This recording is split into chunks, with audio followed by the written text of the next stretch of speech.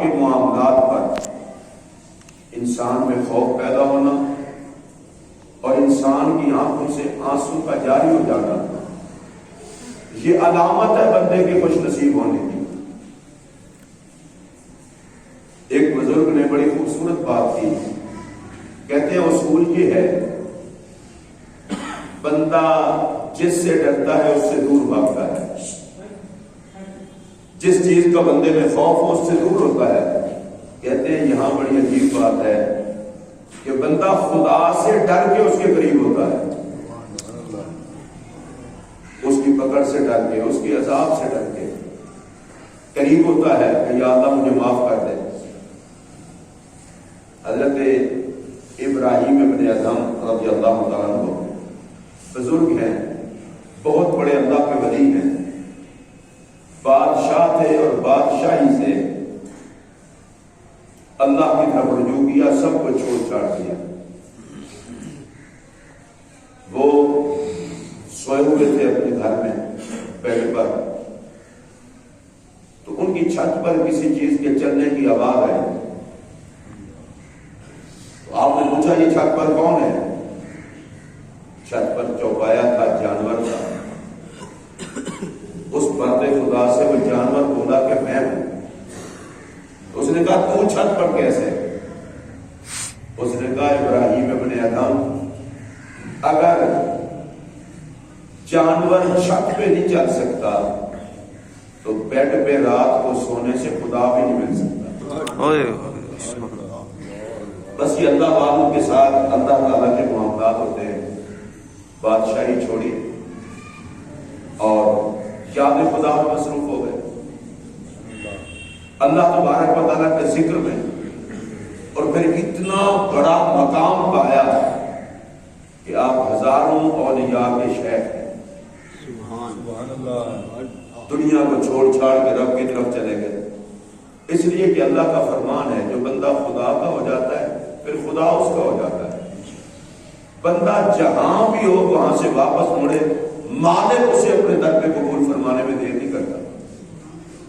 یہ ہر وقت موت کے حوالے سے خوف سے رہتے تھے۔ آپ سے پوچھا گیا کہ آپ بہت ڈرتے ہیں موت سے؟ فرمانے لگے میں موت سے نہیں ڈرتا، موت کے بعد جو کچھ ہونا ہے میں اس سے ڈرتا ہوں۔ موت تو آئے گی اور ختم، میں بات کرتا ہوں کہ مالک کے سامنے کون سا منہ لے کے جاؤں، اپنے مالک کو کیا حساب دوں گا، ڈر مجھے اس بات کا ہے۔ آپ جتنی بڑی شخصیات ہیں سرکار کی امت میں، آپ جس کو پڑھتے جائیں گے آپ کو یہی ملے گا۔ حضرت سیدنا عثمان غنی ذی النورین رضی اللہ تعالیٰ عنہ تیسرے خلیفہ ہیں رسول اللہ علیہ السلام کے، ایک کے بعد دوسری دو صاحبزادیاں حضور کی ان کے نکاح میں ہیں، جن کے ہاتھ کو میرے پاک نبی نے اپنا ہاتھ قرار دیا تھا، اور جن کا مال راہ اسلام میں اتنا لگا کہ سرکار نے اپنی گود میں مال کو لے کر فرمایا تھا عثمان آج کے بعد تیرا کوئی کام تجھے نقصان نہیں دے گا۔ اور اللہ کی بارگاہ میں دعا کی یا اللہ میرے عثمان کا حساب نہ لینا۔ حضور فرماتے ہیں اللہ نے میری اس دعا کو قبول فرمایا، حساب ہی نہیں ہوگا۔ وہ حضرت سیدنا عثمان غنی ذی النورین رضی اللہ تعالیٰ عنہ، ان کے سامنے جب قبر کا ذکر آتا ان کی آنکھوں میں آنسو جاری ہو جاتے اور اتنا آنسو کہ داڑھی مبارک تر ہو جاتی۔ آپ سے پوچھا گیا کہ آپ اس قدر کیوں روتے ہیں؟ تو آپ نے جواب دیا میں نے رسول اللہ علیہ السلام سے یہ سنا ہے کہ آخرت کے منازل میں سے سب سے مشکل منزل ہے قبر۔ جو بندہ قبر میں کامیاب ہو گیا وہ حشر میں بھی کامیاب ہو جائے گا۔ روتا اس لیے ہوں کہ میرے مالک کو مجھ پر ترس آ جائے، اللہ مجھے قبر میں بھی کامیاب کر دے، حشر میں بھی کامیاب کر دے۔ سبحان اللہ، سبحان اللہ۔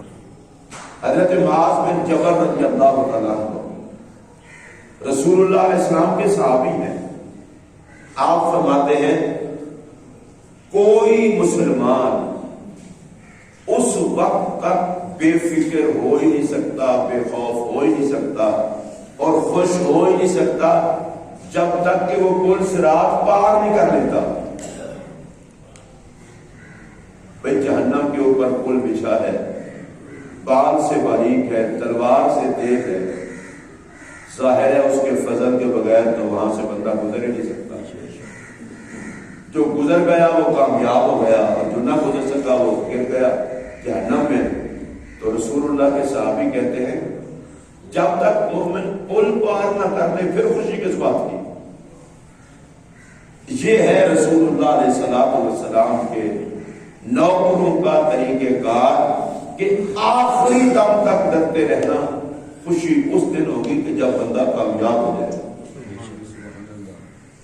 حضرت عثمان غنی نے کہا کہ مجھے ڈر ہے اس لیے روتا ہوں، یا اللہ مجھے قبر میں کے عذاب سے بچا لینا، کیونکہ جو قبر میں محفوظ ہو گیا وہ حشر میں محفوظ ہو گیا۔ تو حضرت ابراہیم ابن ادم نے کہا کہ مجھے مرنے کا نہیں خوف، مرنا تو ہے، کوئی بندہ موت سے بچ ہی نہیں سکتا۔ قرآن مجید میں اللہ کہتا ہے قل ان الموت الذی تفرون منہ فانہ ملاقیکم۔ اللہ فرماتا ہے محمود کو کہہ دو جس موت سے بھاگے پھرتے ہو نا یہ خود تم سے پکڑ لے گی اور مل لے گی تم سے۔ اور دوسرے مقام پر اللہ تبارک و تعالیٰ فرماتا ہے اینما کنتم یدرککم الموت ولو کنتم فی بروج مشیدہ۔ تم لوہے کے گھر بنا لو، دروازے بند کر لو، اندر موت نہ ہے، موت پھر بھی اندر آ جائے گی۔ اور تیسرے مقام پر اللہ فرماتا ہے اس فکر میں بھی نہ رہنا کہ آگے پیچھے ہو جائے گی، اذا جاء اجلهم لا یستأخرون ساعة ولا یستقدمون، کہ جب موت کا وقت مقرر آ جائے گا تو ایک منٹ بھی آگے پیچھے نہیں ہوگا، وقت مقرر ہے۔ جتنے سانس بندے نے لینے ہیں اس سے زیادہ سانس لے نہیں سکتا۔ اور خوش بخت بندہ کون ہے؟ جس نے موت کو یاد کر کے آخرت کی تیاری کے ساتھ اپنی دنیا کی زندگی گزار، وہ خوش قسمت بندہ ہے۔ اور بے وقوف آدمی وہ ہے کہ جسے شیطان نے لمبی امیدوں میں لگا دیا، دنیا میں کھویا رہا حتیٰ کہ موت آ۔ اور جب موت آ جاتی ہے سر پہ پھر تو بندے کے پاس مہلت بھی نہیں ہوتی، پھر وہ کچھ کرنے جوگا نہیں ہوتا۔ غنیمت جانے بندہ ہر اس سانس کو جو موت سے پہلے آتا ہے کہ رب کائنات نے مرتے دم تک توبہ کا دروازہ، رحمت کا دروازہ کھول کے رکھا ہوا ہے کہ بندے جب تو توبہ کرے گا مجھ سے مانگنے میں تجھے دیر ہو سکتی ہے، مجھے بخشنے میں کوئی دیر ہو۔ اس لیے ہر انسان کو یہ چاہیے کہ وہ اپنے آپ کا خود احتساب کرے۔ میں جن بزرگوں کی بات آپ کو سنا رہا ہوں یہ تو وہ لوگ تھے جو تقوی طہارت کے پہاڑ تھے، یہ تو وہ لوگ ہیں کہ قرآن جن کی عظمتیں بیان کرتا ہے، عبادتوں کے تذکرے، سخاوتوں کے تذکرے، تقوی کے تذکرے۔ یہ تو وہ لوگ ہیں جو زندگی کا ایک ایک قدم شریعت کے ترازو کے مطابق اٹھاتے تھے، اور ان کا یہ حال کہ وہ اللہ کی بارگاہ میں روتے ہوئے دکھائی دیتے ہیں۔ ہر وقت ان کی طبیعت پر خوف کی کیفیت رہتی ہے۔ کیوں؟ کہتے ہیں اس لیے کہ خوش تو تب ہوں گے جب اللہ کی بارگاہ میں سرخ روح ہو۔ دیکھیے میں نے، آپ نے، سب نے اس حاکم الحاکمین کی بارگاہ میں پیش ہونا ہے جس کو ہماری ایک ایک چیز کا پتہ ہے، لیکن اس کے باوجود وہ کتنا انصاف فرماتا ہے کہ اس نے لکھنے والے یہاں بٹھا دیے، وہ اپنے علم پہ فیصلہ فرما دیتا، قادر ہے، مالک ہے، جیسے چاہے۔ ان کی ڈیوٹی لگا دی اور ہمیں بتا دیا کرامن کاتبین یعلمون ما تفعلون، عزت والے فرشتے لکھ رہے ہیں اور وہ جانتے ہیں تم کیا کرتے ہو۔ یہ فرشتے بٹھا کر پھر قرآن میں اعلان کر کے اب ذرا 3 باتیں سماعت فرمائیے۔ پہلی بات اللہ فرماتا ہے نحن اقرب الیہ من حبل الورید، میں رب تمہاری شاہ رگ سے بھی قریب ہوں۔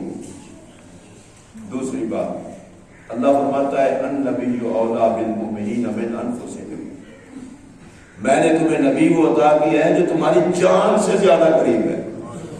اب تیسری بات، کرامن کاتبین یعلمون ما تفعلون، تمہارے کندھوں پر 2 فرشتے بٹھائے ہیں، جو کچھ کرتے ہو وہ لکھتے ہیں اور جانتے بھی ہیں۔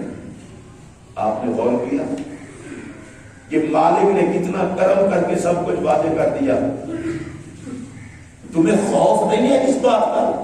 الٹے سیدھے کام کرتے ہو، کیا میں تمہاری شہادت کے قریب نہیں، میرا حیا بھی نہیں کرتے؟ پھر جس نبی کا کلمہ پڑھتے ہو وہ جان سے قریب ہے اور تمہارے اعمال کا گواہ ہے، جو کچھ کرتے ہو اس نبی نے گواہی دینی ہے، تمہیں اپنے نبی کا حیا بھی کوئی نہیں؟ پھر تمہیں یہ نہیں پتا کہ 2 فرشتے بیٹھے ہیں اور یہ تمہاری ساری کاروائی کو لکھ رہے ہیں، ایک چیز بھی نہیں ہے جسے یہ چھوڑ دیں، تو کس غفلت میں ہو تم؟ کچھ خدا کا خوف کرو، کچھ اپنے نبی کا حیا کرو، اور کچھ رب کے بٹھائے ہوئے لکھنے والے کا لحاظ کر لو، انہوں نے میری بات کا میں لکھا ہوا پیش کرنا ہے۔ میں اور آپ اگر سوچیں کوئی بھی غلط کام حیا والا بندہ کسی بندے کے سامنے بھی کرنے کے لیے تیار نہیں ہوتا، اگر کوئی رشوت بھی لیتا ہے تو کہتا ہے یار دیکھنا کوئی دیکھ نہ لے، اس وقت اسے یہ حیا نہیں آتا کہ شاہ رگ سے جو قریب ہے وہ خدا دیکھ رہا ہے، جو جان سے قریب ہے وہ نبی دیکھ رہا ہے۔ آپ اس پر آگے چلتے ہیں، جب کوئی کسی کو فراڈ کے ذریعے لوٹ رہا ہوتا ہے، جب کوئی کسی پر ظلم کر رہا ہوتا ہے، اسے نہیں پتا کہ مالک دیکھ رہا ہے، اسے نہیں پتا کہ سرکار دیکھ رہے ہیں۔ ایک مومن کے اپنے آپ کو سدھارنے کے لیے اتنا ہی کافی ہے، یار میں کہاں جا کے چھپ کے جرم کروں، میں تو جہاں بھی ہوتا ہوں میرا خدا میرے ساتھ ہوتا ہے، میں جہاں بھی ہوتا ہوں میرا نبی مجھے دیکھ رہا ہوتا ہے۔ اور یہ ساری قرآن کی آیتیں ہیں۔ ارے تو جو کام ماں باپ کے ڈر سے نہیں کرتا، بھائیوں کے ڈر سے نہیں کرتا، محلے داروں کے ڈر سے نہیں کرتا، رسوا ہو جاؤں گا، لوگ کیا کہیں گے، لوگ مجھے معزز سمجھتے ہیں، عزت والا سمجھتے ہیں، اور میں اتنا گھٹیا نظر ہوں لوگوں کے سامنے۔ اب قرآن مجید نے بڑے پیار سے کہا تو لوگوں کی نظروں سے جو چھپتا ہے کہ یہ کام نہیں کرنا، یہ بھی تو سوچ، تو ہر کسی سے چھپ سکتا ہے، خالق سے نہیں چھپ سکتا۔ حضرت بہاؤالدین زکریا ملتانی رحمۃ اللہ تعالی علیہ، آپ بہت بڑے اللہ کے ولی کامل ہیں، آپ اپنے پیر و مرشد کے پاس گئے تو جیسے ہی آپ بیعت ہوئے، پیر و مرشد نے آپ کو طریقت کی خلافت عطا کر دی کہ تم لوگوں کو بیعت کیا کرو، اللہ کا راستہ بتایا کرو۔ وہ جو کئی سال سے وہاں پر بیٹھے تھے، پڑھ رہے تھے اور مناظر طے کر رہے تھے، انہوں نے کہا بڑی عجیب بات ہے، یہ آئے ہیں اور آتے ہی ان کو مل گیا اور ہم سال ہر سال سے ادھر لگے ہوئے۔ تو پیر و مرشد نے ان کی ساری صورتحال کو دیکھ لیا، آپ نے فرمایا اچھا ایسا کرتے ہیں تمہیں آزما لیتے ہیں۔ سب کے ہاتھ میں چھری پکڑائی اور ایک پرندہ پکڑایا، کہا وہاں ذبح کر کے آؤ جہاں کوئی نہ ہو۔ سارے گئے ذبح کر کے آ گئے۔ حضرت غوث مولانا زکریا ملتانی رحمۃ اللہ علیہ سب کے باہر آئے اور چھری بھی ویسی تھی، پرندہ بھی ویسے ہی تھا۔ آپ نے سب سے پوچھا، کسی نے کہا جی میں نے وہاں ذبح کیا، کسی نے کہا میں نے وہاں ذبح کیا، کسی نے نہیں دیکھا۔ فرمایا بہاول حق تم بتاؤ، تم نے یہ ذبح نہیں کیا پرندہ؟ کہا جی آپ نے فرمایا تھا وہاں ذبح کرنا جہاں کوئی بھی نہ ہو، میں جہاں بھی گیا خدا میرے ساتھ، اس لیے میں نے کہیں ذبح نہیں کیا۔ اچھا ایک مسلمان کو، ایک مومن کو حیا اور شرم دلانے کے لیے یہی بات کافی ہے کہ ہمارا رب ہمیں دیکھ رہا ہے، ہمارے ساتھ ہے، ہمارے رسول ہمیں دیکھ رہے ہیں۔ یہ دیکھیے کتنا پیار کا رشتہ ہے۔ رب کہتا ہے ہم تمہاری شہادت کے قریب ہیں، ہم اتنے تمہارے قریب ہیں، پھر بھی ہمارا حیا نہیں کرتے۔ انسان رب سے چھپ سکتا، اچھا جس سے نہیں چھپ سکتا حساب بھی اسی نے لینا ہے، لیکن اس نے پھر کرم کیا کہ صرف یہ نہیں ہے کہ میں اپنے علم کے مطابق فیصلہ کر دوں گا، یہ فرشتے لکھ رہے ہیں اور یہ لکھا ہوا قیامت کے دن انسان کو پکڑا دیا جائے گا۔ اور کہا جائے گا ہاں اقرؤ کتابیہ، یہ پکڑو رجسٹر اور پڑھو اپنا نام اعمال، کیا کیا تھا تم نے دنیا میں۔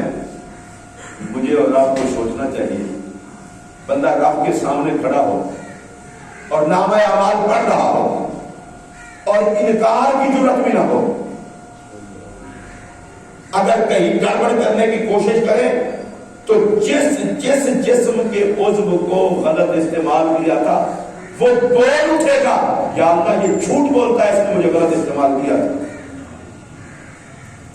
جس جسم کو راحت پہنچانے کی خاطر ہم اللہ کے احکامات سے بغاوت تک کر گزرتے ہیں، یہ بھی بندے کے خلاف گواہی دے رہا ہو۔ اچھا مجھے یہ بتائیں، پہلی بات اللہ ہر وقت تمہارے ساتھ ہے، دوسری بات لکھنے والے لکھ رہے ہیں، تیسری بات اللہ کہتا ہے پھر میرے سامنے کھڑا ہو کر تمہیں اپنے اعمال پڑھنے پڑیں گے۔ میں ممبر پر بیٹھ کر کہہ رہا ہوں اس سے زیادہ پیار کیا ہو سکتا ہے۔